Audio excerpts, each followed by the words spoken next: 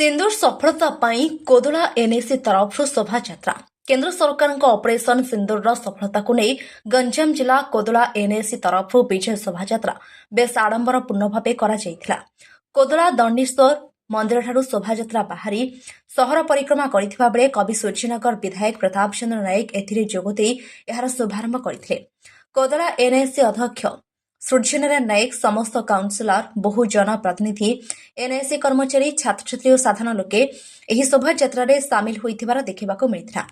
भारतीय त्रिरंगा पताका धरी एही विराट शोभा यात्रा समस्ते सामिल हेबा घटना बेस रोचकपूर्ण होइथिला। आतंकवादी माननकु समर्थन करी Pahalgam आक्रमणर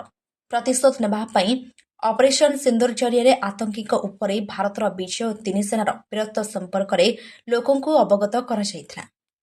bureau chief Jyotiranjan Pattnaik report AM media 24। देखो पाकिस्तान जो कूच चक्रांत जो पहलगाम जो आतंकी हमला है आमर निरीह 26 जन नागरिक मृत्यु होता से परिप्रेक्षी में सारा भारत वर्ष में एक आक्रोशर वातावरण खेल जाता एवं देशर यशस्वी प्रधानमंत्री जो कथा कही जो माने आतंकवादी सामिल अच्छे से निश्चित भाव शास्ति देवा कथा कही से परिप्रेक्षी में जो ऑपरेशन सिंदूर सफलता पर आज सारा भारत वर्ष में हसर खुशीर लहरी खेली चली पाथेय कर आज कमिशन निर्वाचन मंडल कोदला एनएसी एवं बेगुनापड़ा ब्लॉक और समस्त कार्यकर्ता को लेकर ऑफिसर मान को लेकर आज यही तिरंगा यात्रा आम ये अनुष्ठित करूँ।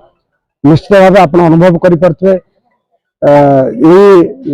कोदला सहर एवं बेगुनापड़ा ब्लॉक समस्त पंचायत अधिवासी माने निश्चित खुशी अनुभव कर प्रशंसा कर जो कथा प्रधानमंत्री कहते निश्चित भाव कार्य परिणत कर। आज आम कोदला एनएस रे बहु मात्रा जनसाधारण एटेंड थे आम गर्व कारण एनएस प्रबल 100 रु ऊर्ध लोक आज जोगदे तिरंगा यात्रा सफल कले पाकिस्तान को जो टाइप उचित जवाब दिहला नरेंद्र मोदी नेतृत्व आम मैंने खुशी हेलु जहाँ आम यशस्वी प्रधानमंत्री सर आज आम जो टाइप स्टेप नेले आम खुशी आज से खुशी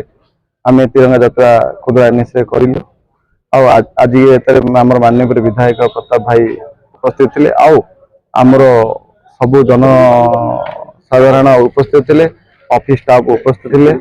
आज आम सफल करेलु।